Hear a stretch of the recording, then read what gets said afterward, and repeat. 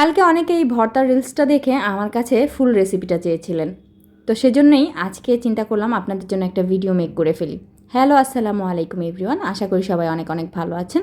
আমিও আলহামদুলিল্লাহ অনেক ভালো আছি। চলুন দেখে নেওয়া যাক রেসিপিটি। এই ভর্তাটা আমরা সবাই কম বেশি খেয়েছি, জীবনে একবার হলেও খেয়েছি, এবং এটা অনেক ইজি বানানো, কিন্তু খেতে খুবই মজা। সেদিন রাতে প্রায় 10টার দিকে হঠাৎ করেই বেগুন পোড়ার গন্ধ আসছিল নাকে। উপরে ফ্ল্যাটে নিশ্চয়ই কেউ বেগুন পোড়া দিয়েছিল। তৎক্ষণাৎ মনে হলো আমাকে এই ভর্তাটা বানিয়ে খেতে হবে। যেই ভাবা সেই কাজ। ফ্রিজে একটাই গোল বেগুন ছিল, সেটা ধুয়ে চুলায় বসিয়ে দিলাম পোড়ানোর জন্য।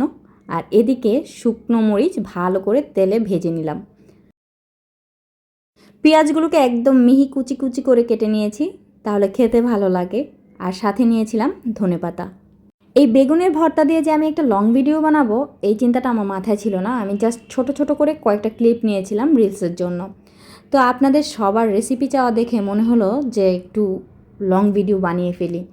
আমি একটা বেগুন ভর্তার জন্য নিয়েছিলাম 3টা ঝাল ঝাল মরিচ।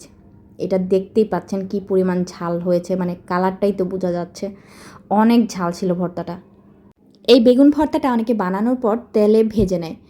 আমার কাছে কেন যেন ওই তেলে ভাজা বেগুনটা ভালো লাগে না। আমার কাছে মনে হয় এটা আসলে কাঁচা কাঁচা খেতেই ভালো লাগবে।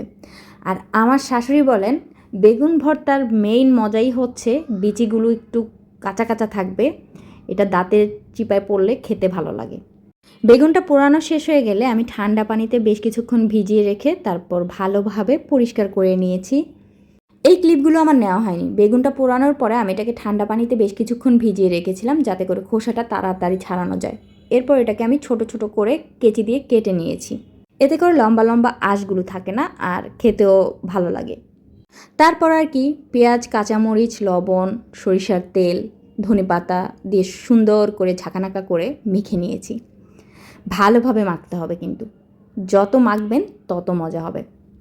ভর্তাটা বানানো হয়ে গেলে আর দেরি করতে পারিনি, সাথে সাথেই ভাতের প্লেট নিয়ে বসে গেলাম। নিয়ে নিলাম ভর্তা আর খাওয়া শুরু করলাম। প্রথমে ভেবেছিলাম অল্প একটু ভর্তা নিয়ে খাবো, তারপর দেখলাম যে এটার এত টেস্ট, আসলে একটু ভর্তা দিয়ে চলবে না। নর্মালি আমি এমনিতে ঝাল এত বেশি খাই না, কিন্তু সেদিন কেন যেন মনে হয়েছিল এই ভর্তাটা আমাকে অনেক ঝাল ঝাল করে বানিয়ে খেতে হবে। বানানোর পর ভর্তাটা খেতে আসলেই অনেক বেশি মজা হয়েছিল। প্রথম দিকে ঝালের ভয়ে ভর্তা সবাই একটু কম কম করে নিয়েছিলাম, কিন্তু খেতে গিয়ে দেখি এটা এত মজা, লাস্টের দিকে আসলে ভর্তা নিয়ে কাড়াকাড়ি লেগে গিয়েছিল। খাওয়া শেষে আমি আমার ছোটো বোনকে ফোন দিয়ে বলেছিলাম যে যদি আমাদের কোনো প্রবলেম হয়, আমরা যদি হসপিটালাইজড হই, তাহলে সকালবেলা গাড়ি করে চলে আসিস, কারণ বলা তো যায় না যে পরিমাণ ঝাল খাইছি, আল্লাহ বাঁচাইছে।